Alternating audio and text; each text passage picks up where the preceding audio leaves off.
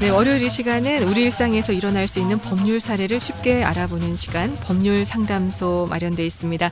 오늘은 울산시베이스 운영위원으로 계시는 법무법인 더정성의 신강식 변호사님과 함께합니다. 안녕하세요. 네, 안녕하세요. 신강식 변호사입니다. 네, 환영합니다. 우리 지난 방송에서요, 교회 분쟁과 해결 방법에 대해서 이야기 나눴었는데요. 오늘 이어지는 시간인데 어떤 주제로 이야기 나눠볼까요? 네, 오늘은 그 교회 분쟁 해결에 있어서 교회 정관 그리고 교인 총회인 공동의 그 중요성에 대해서 한번 살펴보고자 합니다. 네, 요즘 교회들이요, 교회 자체 정관을 만들고 있는 추세다, 이렇게 제가 알고 있거든요. 네. 개별 교회가 굳이 정관을 만들어야 하는 이유가 뭔가요? 네, 지난 시간에도 설명을 했습니다마는 교회는 비법인 사단이기 때문에 민법의 사단법인 규정이 적용이 됩니다. 이 경우에 사단법인은 그 사단 운영의 내부 규범인 그 정관을 만들게 되죠. 그래서 법원은 교회 분쟁에서 그 개별 교회의 그 정관 내용이 어떻게 되어 있는지를 중요하게 잘 살피고 있죠. 그래서 그 정관이 잘 되어 있다면은 교회 분쟁을 사전에 예방할 수 있을 뿐만이 아니라 또 교회 분쟁이 발생했을 때도 현실적으로 잘 해결할 수 있는 중요한 수단이 된다고 할 것입니다. 그렇군요. 그러면은 교회에서 만드는 정관은 어떤 역할을 하는 건가요? 네, 교회 정관은 문자 그대로 교회를 운영하는 자치 규범입니다. 즉 교회에서 조직을 정하고 각 기관의 활동을 정한 어떤 근본 규칙을 할 수 있죠. 이같이 정관은 교회의 의사결정의 과정과 예산 집행을 포함하는 모든 교회 행정의 법적인 기준과 근거가 되죠. 그런데 무엇보다도 최근에는 이제 종교인 과세와 관련해서 그 정관의 중요성이 새삼 많이 논의되고 있습니다. 즉 교회는 그 정관에 따라서 그 재정을 수립하고 집행하고 또한 필요한 그 증빙 자료까지 잘 구비해 놓으면은 아무런 문제가 없게 되죠. 네, 그렇군요. 그러면은 교회 재정 문제로 인해서 분쟁이 많이 생기잖아요. 네. 그러면 교회 재정의 투명성을 위해서라도 정관에 자세한 규정이 필요하겠어요. 네, 그렇습니다. 그 사실 교회 정관에서 규정된 절차에 따라 그 집행되지 않는 그 재정 사용은 불법적이라고 판단될 소지가 있습니다.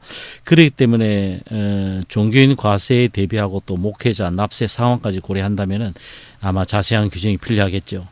특히 그 종교인 과세 대상인 사례비와 비과세 대상인 종교 활동비의 그 구분은 반드시 그 정관에 기재하는 것이 좋습니다. 이렇게 함으로써 교회 분쟁을 사전에 예방할 수 있고 또 목회자와 교회도 지켜줄 수도 있다는 것입니다. 그렇군요. 그러면은 개별 교회 정관의 내용에는 구체적으로 어떤 내용이 들어가야 돼요? 네, 그 교회 정관에는 교회 기관으로서의 그 당회, 재직회 및 공동의회에 대한 규정이 있습니다. 즉, 각 기관의 그 구성원 자격, 그리고 소집 절차, 의결 사항과 의결 정족수, 이에 대한 이제 상세한 기재가 필요하죠. 다음으로 이제 그 재정에 대한 규정인데요. 이는 예산과 결산이 모두 적법해야 하고 또한 그 절차의 정당성이 있어야 됩니다.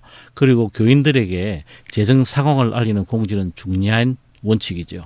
그렇군요. 여기서 공동의회는 교인들의 총회를 말씀하시는 거죠? 네, 그렇습니다. 그 정관에는 교회 기관으로서 교인총회인 공동의회에 관한 규정을 두고 있습니다. 그래서 정관의 변경이나 그 재산을 처분한다든가 하는 중요한 의사결정은 반드시 공동의회의 적법한 결의를 거쳐야만이 효력을 가집니다. 그래서 회의록을 잘 작성하여 공동의회 진행 경과와 그 결의 내용을 잘 기재해야 합니다. 네, 그러면 공동의회가 교인들이 모인 총회라면요, 교회 분쟁에서 공동의회는 어떤 역할을 하게 되나요? 네, 사실 교회는 뭐 여러 기관인 그 당회도 있고 재직회도 있습니다. 그렇지만 교인총회인 공동의회가 교회의 의사를 최종적으로 결정하는 기관이라는 것입니다.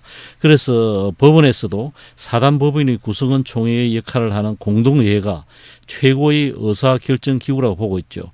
그래서 법원은 공동의회가 적법하게 소집되었는지 또 의사결정이 잘 되었는지를 꼼꼼하게 살펴보고 있다는 것입니다. 네. 근데 교회에서요, 공동의회를 구성하는 교인들의 변동이 많고요. 네. 또 오랫동안 교회에 나오지 않는 사람도 있어서요, 그 교인의 특정이 어렵지 않은가요? 예, 그렇습니다. 그래서 공동의회에 참석한 교인들의 그 자격 여부가 문제가 되는 경우가 좀 종종 있습니다. 네. 예, 사실 교회 분쟁에 있어서 공동의회에 참여할 수 있는 교인을 어떻게 확정해야 할 것인지 또 공동의회가 적법한 절차에 따라 소집되어 의결되었는지는 중요한 쟁점이 되죠. 네. 사실 교회 분쟁이 생기면은 1년 이상 교회에 나오지 않는 사람을 공동의회에 억지로 출석하게 하는 경우도 있습니다. 이 경우는 교인 자격 여부가 문제가 되고 공동의회 의결 자체도 무효가 될 소지가 있습니다. 따라서 교회 정관에 공동의회 회원 자격에 대한 명확한 규정이 필요합니다.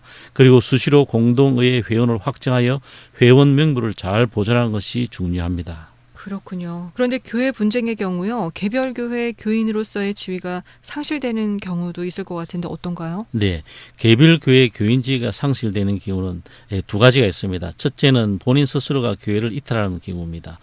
이 경우에는 그 정관 규정으로 일정 기간 교회에 출석하지 않는 교인에 대하여 교인 지위 상실에 대한 그 내용을 자세히 기재하고 회원 명부를 잘 정리하면 됩니다.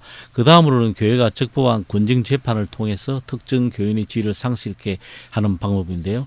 제명 출교 처분이 확정되었을 때 교인의 지위가 또 상실된다고 보고 있습니다. 그렇군요. 그러고 보니까요, 교인들이 잘 특정되고 또 공동의회만 정확하게 운영돼도 분쟁을 막는 효과가 있을 것 같아요. 이에 대한 사례는 없나요? 네, 있습니다. 교회가 분쟁이 생겼을 때 법원에 소송을 제기하지 않고 공동의회만을 소집하여 그 분쟁을 해결한 교회들이 있습니다. 예를 들어 부산과 전주의 모 교회에서는 그 담임 목사님과 일부 성도들 사이에 갈등과 분쟁이 있었습니다. 그런데 담임 목사가 적법한 절차를 거쳐서 공동회의를 소집해서 그 분쟁을 해결한 사례들이 있습니다. 그런데 공동의회를 적법하게 소집할 수 있는 담임 목사를요, 네. 소속 교단인 노회에서 목사직을 박탈해서 더 분쟁이 심해진 경우도 많이 보잖아요. 그건 어떤가요? 네, 그렇습니다. 그 개별교회 분쟁에 소속 교단인 노회가 간섭하면 참 일이 어렵게 됩니다. 노회는 교회 담임 목사에 대해서 권징 등을 통하여 그 담임 목사직을 박탈하는 결정을 할 수가 있죠. 그런데 이 경우 해임된 그 담임 목사가 노회의 결정에 대하여 상급기관인 총회에 상소하게 되고 또 여기 불복하면 이제는 또 세상법조로 또 나가게 됩니다. 그래서 참 정말 어려운 문제입니다. 네, 악순환이 계속되는 거죠. 해결은 안 되고. 네, 그렇습니다. 그러면 정말 공동의회를 누가 적법하게 소집할 수 있느냐 하는 문제는 진짜 중요한 문제인 것 같아요. 네. 그 담임 목사는 교회의 법률적인 대표자입니다. 그리고 교인총회인 공동의회를 적법하게 소집할 수 있는 권한을 가진 분이 됩니다. 그런데 만일 소속 교단으로부터 면직된 교회 목사가 공동의회를 소집한다면 이 결의는 무효라는 것입니다. 비록 그것이 3분의 2 이상 의결 정족수를 넘어서 또 공동의회에 참석한 전부가 다 찬성했을지라도 그 결의는 무효가 된다는 것이죠. 그렇군요. 교회 분쟁의 경우 교단에서요, 담임 목사를 면직하고 임시 당회장을 파견하는 그런 네. 경우들 있잖아요. 이때 공동의회에 적법한 소집권자는 교단에서 파견한 임시 당회장이 되는 거죠. 네, 맞습니다. 소속 교단 노회가 개별 교회 담임 목사에 대해서 면직 내지 그 정직 처분을 하고 임시 당회장을 파송하였다면 그 임시 당회장이 교회의 법률적 대표자가 되고 교회 공동회를 적법하게 소집할 수 있습니다. 그런데 소속 교단으로부터 면직 정직 처분을 받은 그 담임 목사는 개별 교회의 대표자가 아니라는 것이죠. 네. 그런데 대다수의 교인들이요, 공동의회를 개최하고 싶어도 임시당회장이 소집해주지 않으면 공동의회를 개최할 수 없잖아요. 네. 그럼 이 경우는 어떻게 해야 돼요? 네, 이런 상황이 오게 되면 이미 교회가 두 개의 교인 집단으로 갈라지고 또 소속 교단에서 파견된 임시 당회장은 반대 교인들의 그 교단 탈퇴 등을 위한 공동회를 소집하지 않으려고 할 것이겠죠. 그렇죠. 예, 그러나 방법이 있습니다. 먼저 교인 3분의 1 이상이 법원에 공동의회 소집 허가 신청을 하면 됩니다. 이와 같이 법원의 명령으로 공동의회를 소집하는 방법밖에 없습니다.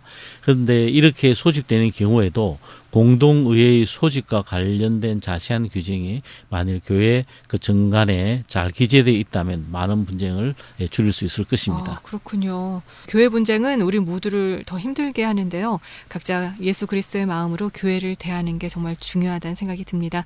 오늘도 교회 분쟁과 해결 방법에 대해서 신강식 변호사님 모시고 이야기 나눠봤습니다. 오늘 도움 말씀 감사합니다. 네, 감사합니다. 지금까지 법무법인 더정성의 신강식 변호사였습니다.